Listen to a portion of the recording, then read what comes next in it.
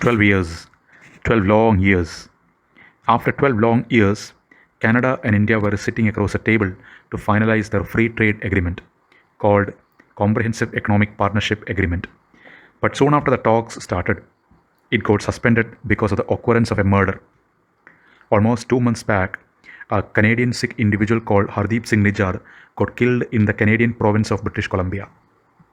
This individual featured in India's most wanted criminal list and also is a non sympathizer of the Khalistani movement. In fact, he ran his own Khalistani movement called Khalistani Tiger Force. Canada squarely blamed India for the killing of these individuals, which India obviously rejected. But soon after the killing, a full blown diplomatic tussle started between India and Canada. There were expulsion of diplomats from both sides.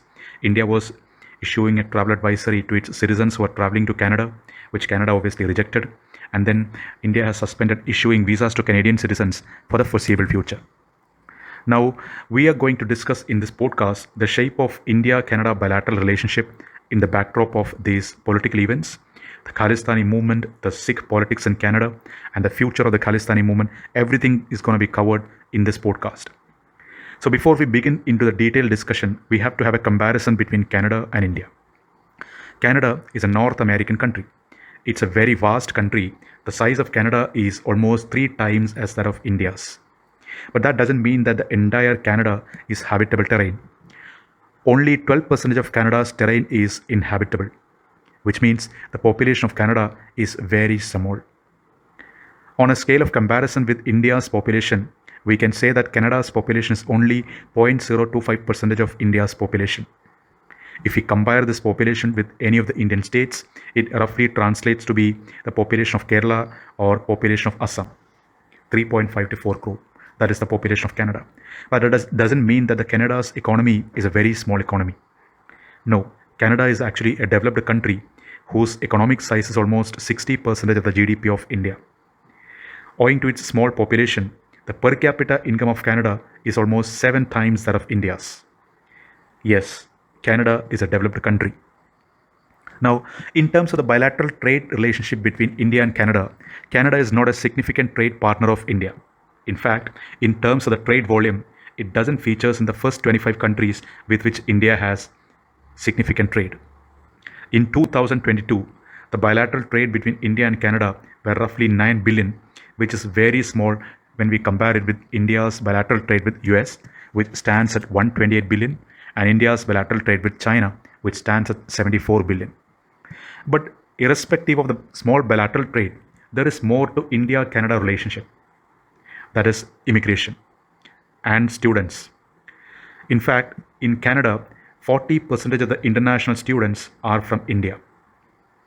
Canada also provides immigration status clearance to a lot of Indians every year. Every year, it takes around 1 lakh Indians as immigrants.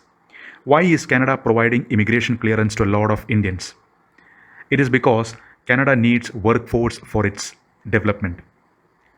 Owing to its small population, which is also an aging population, Canada needs a lot of workforce. Average age of Canada is actually 40 years compared to 28 of India, which means India has a surplus of working age population, whereas Canada has a deficit of working age population.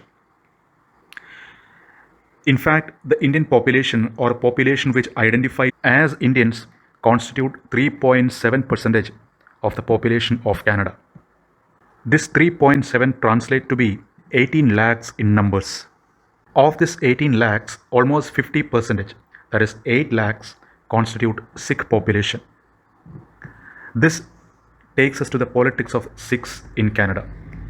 In fact, the Sikhs constitutes a significant electorate in many of the Canadian provinces like British Columbia. Of the 338 parliamentary seats that Canada has, at least 23 has significant Sikh population. Not just this, there are 18 MPs from the Sikh community in Canada. You will be surprised to know that there are only 13 MPs from the Sikh community in India. Of these 18 MPs, 13 MPs are from Justin Trudeau's party or the ruling party. 4 MPs are in the opposition and 1 MP is leading a party called a New Democratic Party. Back in 2019, when the general election in Canada was held, Justin Trudeau's party were able to secure only 157 out of 338 seats.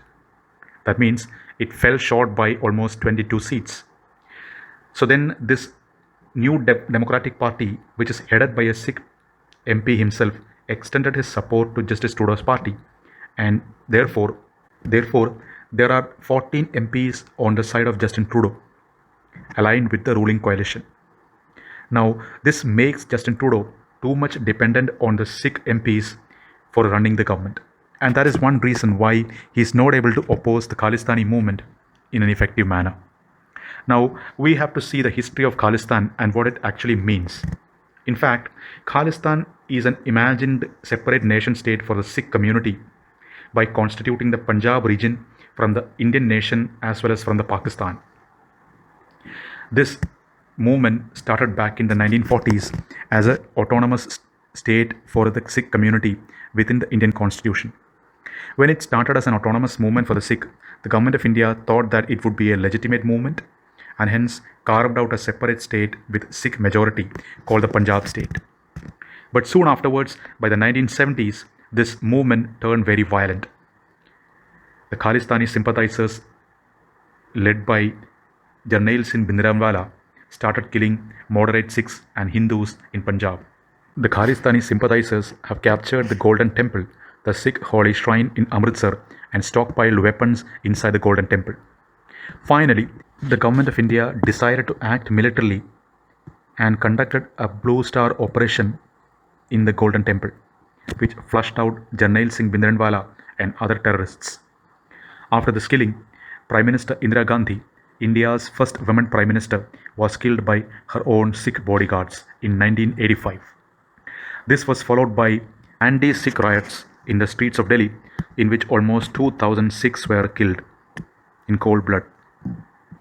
Following these incidents, the Khalistani sympathizers had started migrating to Canada and other countries, citing the political persecution in India. Now, these countries, thinking that there is a genuine reason for Khalistanis to take refuge in their countries, have provided them with asylum. The Khalistani terrorism didn't stop there. In 1985, an Air India Kalishka flight traveling from Canada to India was bombed by the Khalistanis, in which almost 350 people were killed. Almost 250 of them were Canadian citizens. This was followed by attacks on Indian missions abroad and vandalizing of Indian temples abroad and Indian students, heckling of Indian students, and so on and so forth. Quite recently, these Khalistani sympathizers and Khalistani flags were seen in the farmers' protest that happened in the Punjab-Haryana border. They were also seen trying to raise a Khalistani flag during the Republic Day celebrations of India in the Red Fort, New Delhi. Now, this is the history of Khalistani movement in a nutshell. We have to understand what these people are trying to do.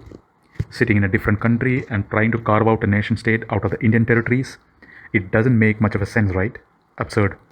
But this cannot be ruled out completely, because there is the history of a country formed by movements sitting across different places.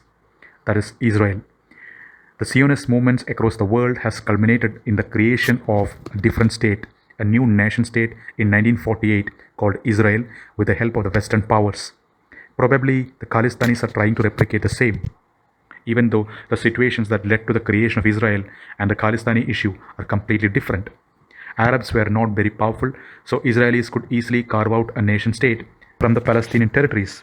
But the case with India is different. India is very powerful, militarily and economically.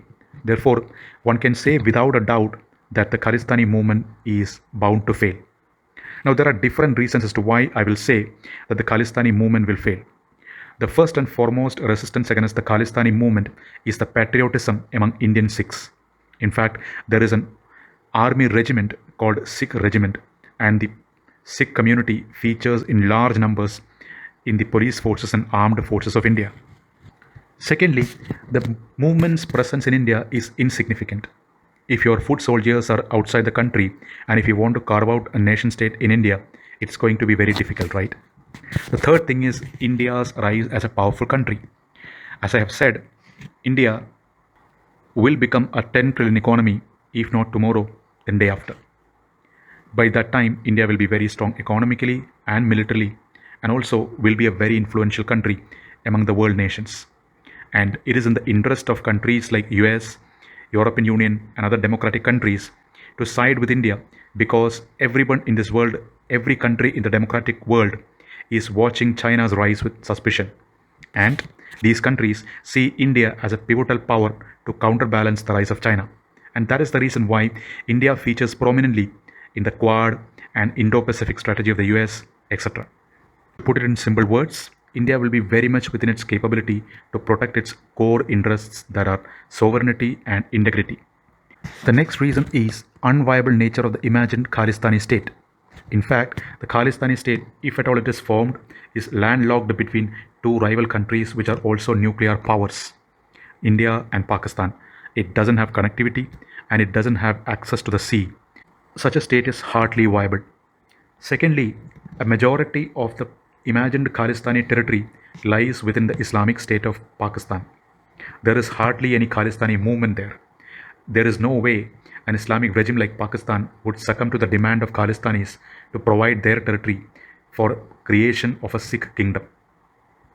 The third reason is that even in the Indian Punjab, the population is very less and almost 40% of the population consists of Hindus.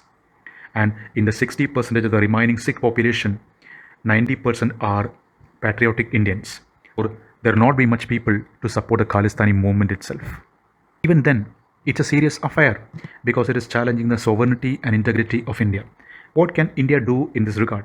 The first thing is that these Khalistani terrorists can be brought under FATF, the Financial Action Task Force on Terrorist Financing. Government in India has already started seizing their investments, their assets, etc.